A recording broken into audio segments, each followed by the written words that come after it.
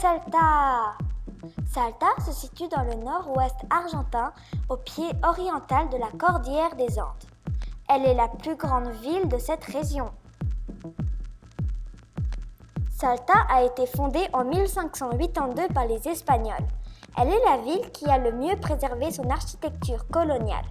On la surnomme Salta la Linda, qui signifie Salta la Belle. Contrairement aux autres régions d'Argentine, ici, la population est indienne et métisse avec des coutumes et traditions préservées, surtout dans les villages de montagne.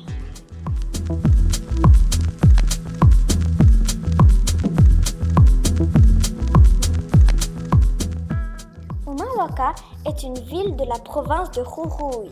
Elle est à 3000 mètres d'altitude. Elle doit son nom au peuple indien des Omaguacas.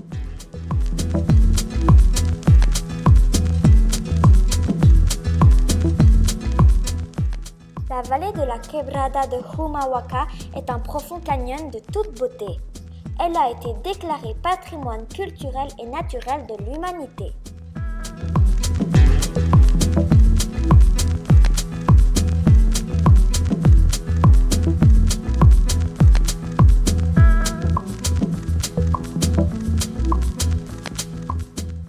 Humahuaca à 4350 mètres d'altitude.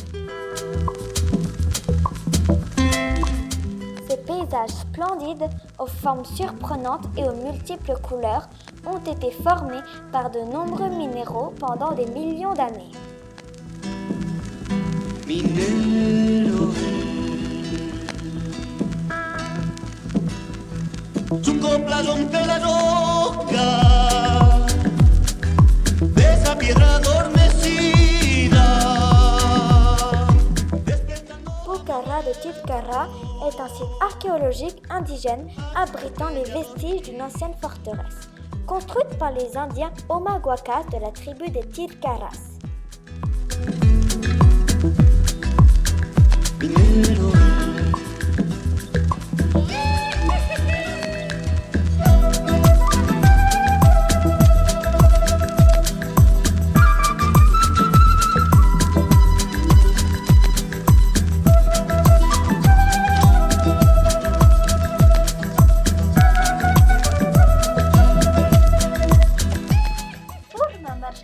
Est un petit village indien au flanc de la montagne, le Cerro de los Siete Colores, colline aux 7 couleurs.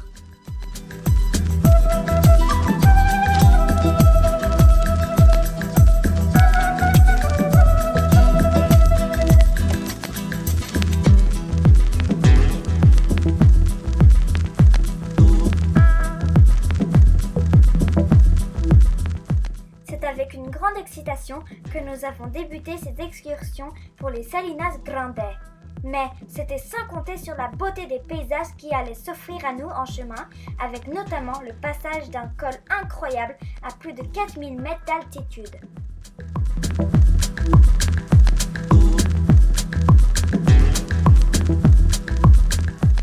Nous sommes aux Salinas Grandes, c'est les 3e plus grandes salières au monde. C'est un désert de sel à 3350 mètres d'altitude et avec une épaisseur de 30 cm. On peut même y rouler dessus.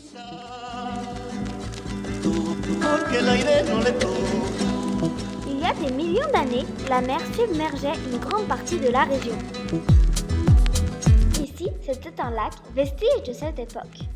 Le sel qui s'était accumulé pendant de nombreuses années, sans pouvoir être évacué vers l'extérieur, a créé cet endroit.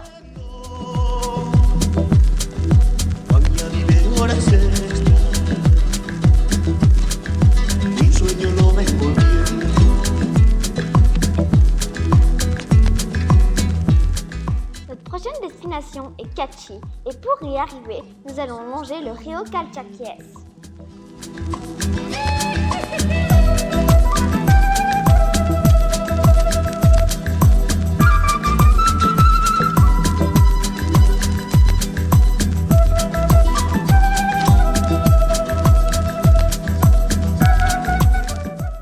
Tout au long de la route, les paysages très variés vont nous émerveiller.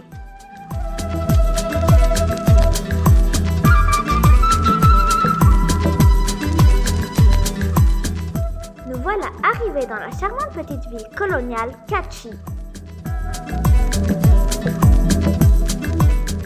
Quelle agréable étape elle a été avant de reprendre le chemin pour Cafayete sur la mythique route nationale 40. Cette route longue de 5000 km traverse le pays depuis l'extrême sud de la Patagonie jusqu'à la frontière bolivienne au nord.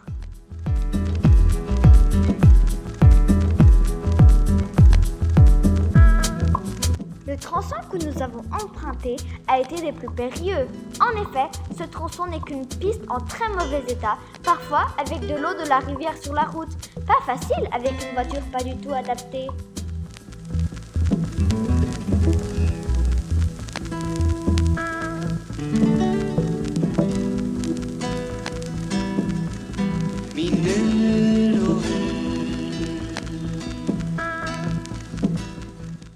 Cette route catastrophique a été compensée par ces mystérieux paysages. Nous nous sommes crus sur la lune. Despertando a momento a su estrella dormir.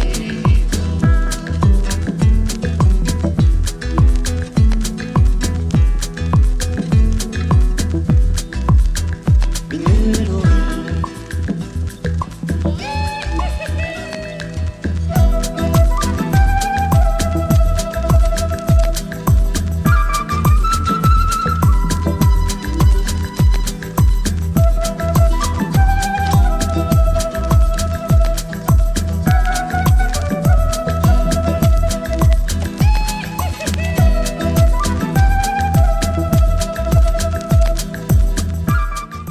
Cafayete est une petite ville coloniale fondée par un colonel de l'armée en 1840.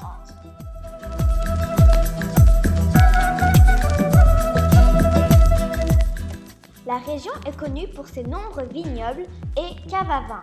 D'ailleurs, les vins de Cafayete sont considérés parmi les meilleurs du pays.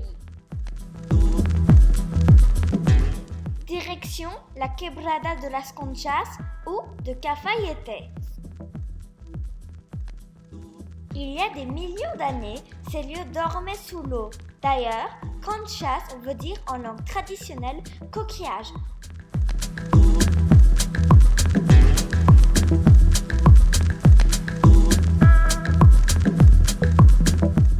L'eau, le vent, puis l'érosion ont sculpté ces paysages de roches, de ravins, de dunes aux formes et aux couleurs spectaculaires sur 50 km. Hasta el viento agoniza. Le Rio de las Conchas a lui aussi participé au façonnage de ce canyon qui dévoile des pierres aux silhouettes particulières, comme l'indiquent certains noms qu'on leur a donnés. Nous sommes à Quebrada de Cafayete. Nous sommes entourés de roches de terre cuite de différentes formes et couleurs variées.